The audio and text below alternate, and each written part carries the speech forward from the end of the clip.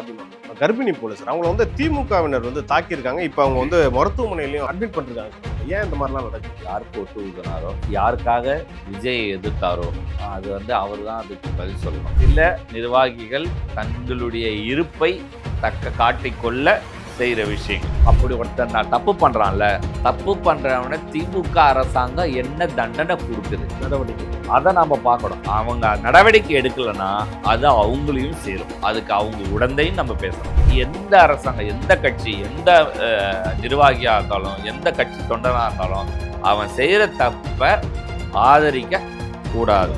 தபால் வாக்குல அரசு அதிகாரிகள் தான் கிட்டத்தட்ட 20,000 பேர் ஓட்டு போடலையா சார்? அது என்னவா இருக்கும்? நான் வந்து ஒருவேளை அரசு அதிகாரிகள்லாம் வந்து திமுகவை புறக்கணிச்சிட்டாங்களோ நான் நினைக்கிறேன். நேயர்களுக்கு வணக்கம். இன்றைய சிகே டாக் நிகழ்ச்சியில் பல்வேறு அரசியல் மற்றும் சமூக நிகழ்வு குறித்து உங்கள் சிகேவோடு பேசவிருக்கிறோம். வாருங்கள் நிகழ்ச்சிக்குள் செல்லலாம். சார் வணக்கம் சார். வணக்கம் சார், நாம் தமிழர் வேட்பாளர் பாபநாசம்ல அந்த நாம் தமிழர் வேட்பாளர் ஒருத்தவங்க இருந்தாங்க, அனீஸ் ஃபாத்திமா கர்ப்பிணி போல சார். அவங்கள வந்து திமுகவினர் வந்து தாக்கியிருக்காங்க. இப்போ அவங்க வந்து மருத்துவமனையிலையும் அட்மிட் பண்ணிருக்காங்க சார். ரொம்ப கஷ்டமா இருக்கு சார் இந்த மாதிரி விஷயம்லாம் பார்க்குறப்ப. ஏன் இந்த மாதிரிலாம் நடக்குது? நம்ம அண்ணன் சீமான் தான் அது பதில் சொல்லணும். யாருக்கு ஒத்து ஊதினாரோ, யாருக்காக விஜயை எதிர்த்தாரோ, அது வந்து அவர் தான் அதுக்கு பதில் சொல்லணும். நம்மளுடைய மனிதாபிமான விஷயத்தில் இதை நம்ம கண்டிக்கிறோம். இது வந்து தொடரக்கூடாது. இந்த மாதிரியான விஷயங்கள் இது தொடரும் பட்சத்தில் இது வந்து கண்டிக்க வேண்டிய இல்லை. தொடரும் பட்சத்தில் அந்த தொடர் கட்சி தொடுத்தெறிய வேண்டிய கட்டாயத்தை காலாக்கணும். ஏன்னா இன்னும் நீங்கள் நினைக்கிற மாதிரியான காலம் இல்லை. நான் பார்த்த வரைக்கும் நான் சொல்கிறது என்னென்னா, நான் இன்னாருக்கு ஓட்டு போட்டேன்னு நான் சொல்கிறது இத்தனை வருஷத்தில் நான் இல்லை. நீ என்னை வந்து கேட்டிருந்தாலும் யாருக்கு ஓட்டு போட்டிங்கன்னா நான் சொல்ல மாட்டேன் தைரியமா, ஓகேவா?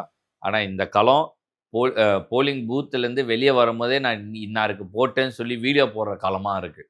தைரியமாக எவன் என்னை எதிர்ப்பான், எவன் என்னை கேள்வி கேட்பான், யார் என்ன பேசுவான்ற பயம் இல்லை. அதை புரிஞ்சு அது தெரிஞ்சு இனி களத்தில் தேவையில்லாத வேலைகள் சேட்டைகளெல்லாம் விட்டுட்டு இது வந்து இது திருப்பி இது தலைமைக்கும் இது வந்து நல்லது. இது உடன்பாடுன்னு நான் சொல்ல வரல. ஏன்னா சில நிர்வாகிகள் தங்களுடைய இருப்பை தக்க காட்டிக்கொள்ள செய்கிற விஷயங்கள். இப்போ நான் இதுக்கு பேட் எக்ஸாம்பிள் என்னையே நான் காட்டுறேன். நான் வந்து தேமுதிகவில் இருக்கும் போது கேப்டன் வந்து பிரச்சாரம் பண்ணும் போதெல்லாம் அவருக்கு எப்பவுமே கொஞ்சம் டிலே பண்ணுவாங்க, சிக்னல்ஸ்லாம் லாக் பண்ணுவாங்க, ஓப்பன் பண்ண மாட்டாங்க. இந்த மாதிரி நிறைய இருந்தது. நான் அந்த மாதிரி அவருடைய பிரச்சாரம் போகும்போது நான் முன்னாடி போவோம். ஒரு இதில்னா சிக்னலை பிளாக் பண்ண மாட்டாங்க, ஏன்னா பின்னாடியே டிராஃபிக் ஆகிடும். அதை கிளியர் பண்ணணும். நம்ம போய் கேட்டோன்னா பிளாக் பண்ண மாட்டாங்க, நம்மளே போய் பிளாக் பண்ணுவோம். இப்போ நான் அந்த மாதிரி பண்ணியிருக்கேன். சரி, அந்த மாதிரி நான் பண்ணிட்டு இருக்கும் போது ஒரு 5வது ஒரு 6வது பொசிஷன்ல இருக்கிற இடத்துல ஒரு காவல்துறை அதிகாரி என்ன கேட்டார் ஒரு கேள்வி. நீங்க வரவே இல்லை, வரத்துக்கு முன்னாடி இவ்வளோ பண்றீங்க, வந்தா என்ன பண்ணுவீங்கன்னாரு. அன்னைக்கு நான் அதை விட்டேன். புரிஞ்சுக்கிட்டீங்க அது தப்புன்ட்டு? தப்பு இல்லை, என்னுடைய செயல் என் தலைவரை பாதிக்குது. அது தப்புன்ற விஷயம். நான் எனக்கு எது சரின்னு படுதோ அதை நான் செய்யறேன். என் களம் அந்த இடத்துல பார்த்தா அந்த காவல்துறை அதிகாரி வழி விட மாட்டாங்க, சிக்னல் பாஸ் பண்ண விட மாட்டாங்க, மற்றவங்களுக்கு பண்ற எந்த ஒரு ஃபெசிலிட்டியும் எனக்கு கொடுக்க மாட்டாங்க. ஓகேவா? நான் காவல்துறை அதிகாரியை தான் கேட்குறேன். அவர் பண்ணாத பட்சத்தில் நான் என்னுடைய இப்போ நான் பண்ண முதல் தடவை 2-3 தடவை ரிக்வஸ்ட் பண்ணி பண்ணாத பட்சத்தில் நானும் என் நண்பர்களும் அந்த 4 பாயிண்ட்னா 4 பாயிண்ட்ல பைக் எடுத்து போய் குறுக்கில் நிறுத்திடுவோம், பிளாக் பண்ணிடுவோம். பிளாக் பண்ணிட்டு தலைவர் போற வண்டியை பண்ணுவோம். இது நமக்கு அது ஒரு தடவை பண்ண ஆரம்பிச்சு அவங்க கவனம் விட்டுட்டாங்க அப்படின்னா அது நம்ம தொடர ஆரம்பிச்சோம், அடுத்தடுத்து கண்டினியூ பண்ணுவீங்க. பண்ண ஆரம்பிச்சோம். பண்ணி ஒரு விஷயம் நம்ம அடுத்த இடத்துல வரும்போது ஒரு நல்ல அதிகாரி, அவரும் ஓபன் பண்ணலன்றது 2வது பட்சம். ஆனா அவர் ஒரு கேள்வி அவர் வைக்கிற ஒரு பாயிண்ட் என்னன்னா, நீ ஆட்சிக்கு வரல, அதுக்குள்ளே நீங்க இவ்வளவு பண்றீங்க, வந்தா எவ்வளவு பண்ணுவீங்க அப்படின்ற ஒரு கேள்வி ஒரு இது கில்ட்டியா ஃபீல் பண்ண வச்சிருச்சு. அந்த ஃபீல் என்னன்னா, நான் செய்யற செயல் என் தலைவரையோ என் தலைமையையோ பாதிக்குது. நான் அப்படி புரிஞ்சுக்கினேன். என்ன கேட்டாங்கன்றது 2வது, எனக்கு அது சரி தவறுன்றது 3வது. ஓகேவா? அப்படி நான் மீறி பண்ணத்துல சில டைம் என்ன அவங்க எம்எல்ஏ கேஸ் போடுவாங்க, இல்லை என்ன அரெஸ்ட், இந்த ரேஞ்சு என்ன பாதிச்சிருக்கிறதுன்றது வேற. பொதுமக்களா பாக்குறேன் நான், அந்த அதிகாரியை ஒரு பொதுமக்கள் லிஸ்ட்ல இருந்து பாக்குறேன். அவங்க என்னவா என் தலைவரை பாக்குறாங்க. அவர் மாற்றத்துக்காக வந்தாரு, அவர் கூட இருந்து நான் நிறைய டிராவல் பார்த்துருக்கேன். அவரை மாதிரி ஒரு நல்ல மனுஷன் கிடையாது. ஓகேவா? நீ 10 பேர் கூட இருந்தாலும் சாப்பிட்டுட்டு போய் இருந்துட்டு போய் செஞ்சுட்டு போன்ற தலைவரை நான் பார்த்தது இல்லை. ஓகேவா? அப்படிப்பட்ட ஒருத்தரை நான் பார்க்குறேன். என்னால அவருக்கு பேர் டேமேஜ் ஆகுது. அப்ப நான் அதை செய்யக்கூடாது. இதுதான் திமுக காரங்களா இருந்தாலும் சரி, டிவிகே காரங்களா இருந்தாலும் சரி, அதிமுக காரங்களா இருந்தாலும் சரி, தான் தலைமைக்கு களங்கமோ கேடோ விளைவிக்கிற மாதிரி நம்ம நடந்துக்க கூடாதுன்றத ஒரு செல்ஃப் டிசிப்ளின் இருக்கணும். இல்லைன்னா இந்த மாதிரியான சங்கடங்கள் நகரும். அப்படி பாத்தீங்கன்னா இப்ப கடந்த ஒரு 5 வருஷத்துல வந்து பாத்தீங்கன்னா திமுகவினர் மத்தியில 2 வயசு குழந்தைய அந்த வன்கொடுமை பண்ணாங்க, இந்த ஏரோஸ்டஸுக்கு பண்ணாங்க. நான் அதை திருப்பி சொல்றேன். இது திமுக காரங்கன் பிராண்ட் நம்ம பண்றதுமே தப்பு தான். ஓகே, பொதுவா திமுகல இருக்க ஒரு நிர்வாகி அவன் செய்யறதுனால அது திமுக காரங்க மொத்த பேருமா அப்படின்னா இல்ல. ஓகேவா? அது நெகட்டிவ். நான் அந்த பாயிண்ட்ல. ஆனா அப்படி ஒருத்தன் தப்பு பண்றான்ல, தப்பு பண்றவன திமுக அரசாங்கம் என்ன தண்டனை கொடுக்குது, நடவடிக்கை, அதை நம்ம பார்க்கணும். அவங்க நடவடிக்கை எடுக்கலன்னா அது அவங்களையும் சேரும். அதுக்கு அவங்க உடந்தையும் நம்ம பேசலாம். இதுதான் நம்ம எடுக்கணும். அது எல்லா இடத்துலையுமே எந்த அரசாங்கம், எந்த கட்சி, எந்த நிர்வாகியா இருந்தாலும், எந்த கட்சி தொண்டனா இருந்தாலும் அவன் செய்யற தப்ப ஆதரிக்க கூடாது. நான் இதுக்கு இன்னொரு சிறந்த எக்ஸாம்பிள் இதுக்கும் ஒரு இது சொல்லணும்னா, தூத்துக்குடி இருவர் லாக்அப் மரணம். சாத்தான்குளம் உடைய இருவருடைய மரணம். ஃபெலிக்ஸ் ஜெயராஜ் அவங்களுடைய மரணத்தை அதே காவல்துறையில இருக்கிற ஒரு ஏட்டம்மா தான் ஆட்சியா இருந்து சொல்லி அந்த காவல்துறை அதிகாரிக்கு தண்டனை வாங்கி கொடுத்தாங்க. அதுதான் காவல்துறை. நீங்க காவல்துறைனா என்ன? சட்ட ஒழுங்கா பாதுகாக்கணும். தவறு செய்யறவங்களுக்கு தண்டனை கொடுக்கணும். தவறு செய்யறது என் உயர் அதிகாரியாக இருந்தாலும், என் கீழ் அதிகாரியாக இருந்தாலும், அதிகாரியாக இருந்தாலும் தப்பு தான் சொல்றதுதான். அப்படிதான் அரசாங்கம் நடக்கணும். நீங்க அப்படி நடந்தீங்கன்னா நீங்க உங்க தொண்டரை வழி நடத்துறீங்க. அந்த வழி நடத்தல் உங்களை நல்லபடியா நடத்தும். ஓகே, சரி சார். அப்ப இன்னைக்கு இருக்க கட்சிகள்ல உண்மையாலே அந்த நடவடிக்கை கரெக்டா பண்றாங்களா? இல்ல அதை நான் ஒத்துக்கிறேன். பட் முழுமையா பார்க்குறாங்கன்னா என்னன்னா, இன்னைக்கு நம்மள மாதிரி மீடியாக்களும் அதுக்கு ஒரு பெரிய பிரச்சனை. ஒரு களம் ஒருத்தன் பிரச்சனைன்னு வந்தால் அது திமுகன்னு சொல்ல ஆரம்பித்த உடனே திமுக காரணங்கள்லாம் அவனுக்கு சப்போர்ட் இன்டைரக்டாக பண்ணாத அளவுக்கு கொண்டு போயிடுறோம். ஓகேவா?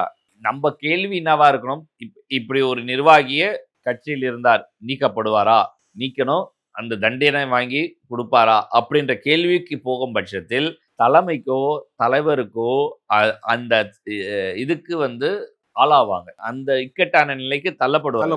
அவங்க அதை நடக்க ஆரம்பிக்கும் போது தலைவராக இருந்தாலும் நம்ம இந்த மாதிரி இருந்தா, சில பேர்லாம் சொல்லுவாங்க, சில கட்சிகள்லாம் இருக்கு, இந்த மாதிரி ஆட்கள் இந்த பஞ்சாயத்து பண்றவங்க தான் இங்க பண்ணுவாங்க, அடிதடி பண்றவங்க இங்க இருப்பா, இப்படிலாம் ஒரு கிரைட்டீரியா வச்சிருக்காங்க. அந்த மாதிரி கிரைட்டீரியா இருக்கக்கூடாது. பொதுமக்களுக்கான ஒரு இதுவாதான் நம்ம நடந்துக்கணும். நான் அதுதான் சொல்றேன். இப்ப தலைவர் ஒரு மேடையில ஏறி நான் 2 தட்டு தான் சொல்றேன், சரியா கூட தட்டல, நீ பேசுறீங்க அப்படின்னா அவன் என்ன பண்ணுவான், அடுத்த தடவை இதே மாதிரி ஒரு இன்சிடென்ட் நடக்கும்போது சேர்த்து தட்டுவான். 4 தட்டு தட்டி அவனுடைய உயிர் போற அளவுக்கு போச்சுன்னா அந்த சங்கடம் வரும்போது நீங்க என்ன பதில் சொல்லுவீங்க? அப்ப அவரு தான் குற்றவாளியா இருக்கப்படுவார்.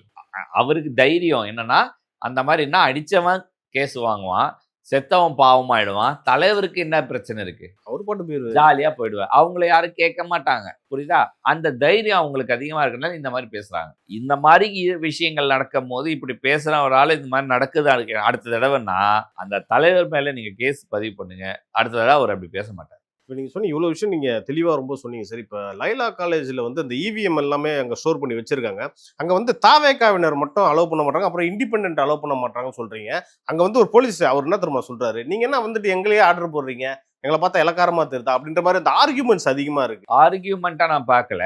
அது என்ன நான் பார்க்குறேன்னா, தன்னுடைய இயலாமையை அவர் மறைக்க பார்க்குறாருன்னு நினைக்கிறேன். ஓகே, என்ன இயலாமை?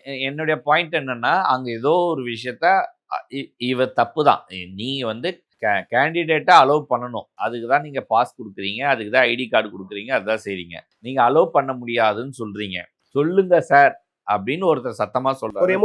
எமோஷனல்ல சொல்கிறார். ஏன்னா நீங்கள் செய்கிற ஒரு செயலுக்கு எதிர்வினை தான் அவர் ஆற்றுறாரு. கண்டிப்பாக. அதை நீங்கள் என்ன பண்ணுறீங்க, நீங்கள் என்ன மரியாதை இல்லாமல் பண்ணுறீங்க, நீங்கள் காவல்துறைனா இப்படியே நீங்கள் அப்படியே நீங்கள் அது ஒரு கட்டமைப்புக்குள்ளே கொண்டு போக பார்க்குறாரு.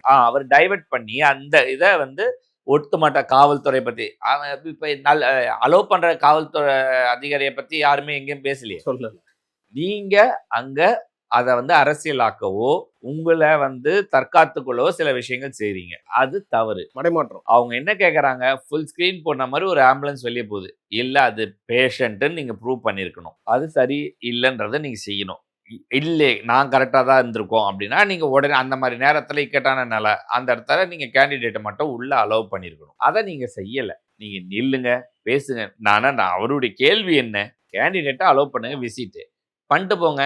நீங்க ஏன் அப்படி பேசுறீங்க, நீங்க என்ன அதுவா, என்ன ஒரு அதிகாரிக்கு மரியாதை இல்லையா? மரியாதை கொடுக்கும் மாதிரி நீங்க நடந்தீங்கன்னா, நான் சொல்றேன், என்ன ஒரு காவல்துறை அதிகாரி ஒரு மாதிரி கேள்வி கேட்டாரு தான், அது சரின்னு நான் நினைக்கிறேன். அந்த அதிகாரி என்னை எங்கே தரக்குறைவா பேசல. ஆமா.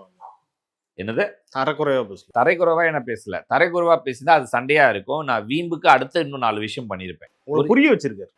அவரு ஒரு கேள்வியை ஹேண்டில் பண்றாரு. நீங்க ஒரு அதிகாரியா ஒருத்தர்கிட்ட எப்படி நீங்க நடந்துக்கிறீங்கன்னு ஒரு விஷயம் இருக்குல்ல, அதை நீங்க நடந்துக்கோங்க. நான் தான் இங்க இன்சார்ஜ், நீங்க இல்ல, நான் தான் இங்க டிசைடிங் அத்தாரிட்டி.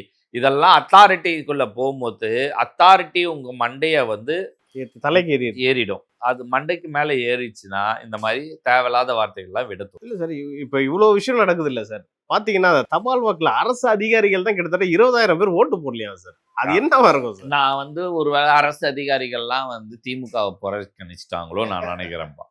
ஏன் அப்படின்னா ஏற்கனவே அரசு ஊழியர்களுக்காக அவர் அறிவிச்ச சில விஷயங்கள்லாம் இல்லைன்னு போராட்டம் அதெல்லாம் நடந்துட்டு இருக்கு.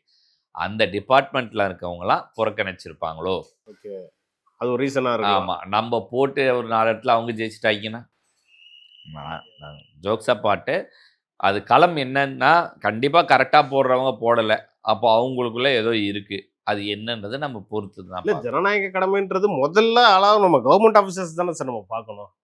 அவங்க ரோல் மாடலா இருக்கணும்ன்றது நான் கவனிக்கிறேன். ஜனநாயக கடமையா கவர்மெண்ட் ஆபீசர் பண்ணோம்னா தேர்தல் மட்டும்தான் பண்ணுமா? தேர்தல் முடிஞ்சோடனே அவங்க சர்வீஸ்ல எல்லாத்துலயுமே சர்வீஸ்ல தான் ஃபர்ஸ்ட் இருக்கணும். அங்கேயே இல்லையேப்பா. அவங்க கிட்ட போய் நீ இதை எதிர்பார்க்கறது சரியா? நான் எல்லாரையும் சொல்லல, சிலர் யாரு அந்த இதுல சரியா பண்ணாங்க அவங்கள பத்தி பேசுறோம். பல விஷயங்கள் நம்ம இந்த விஷயத்துல நம்ம நிறைய பேசியிருக்கோம். அரசு ஊழியர்கள் சார்ந்து இந்த இதெல்லாம் அதுல நமக்கு என்னைக்குமே இப்ப நடக்கிற விஷயம் உடன்பாடு இல்லை.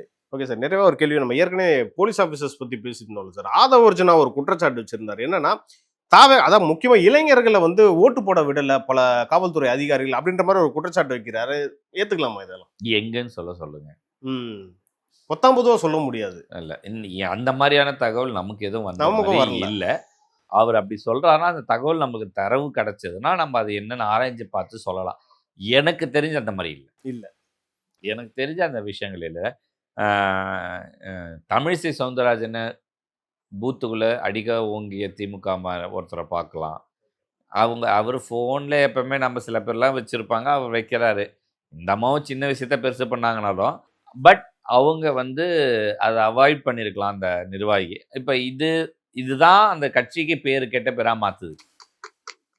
அந்த அம்மாவை டக்குன்னு ஒரு அரண்டுறாங்க, பயப்படுறாங்க.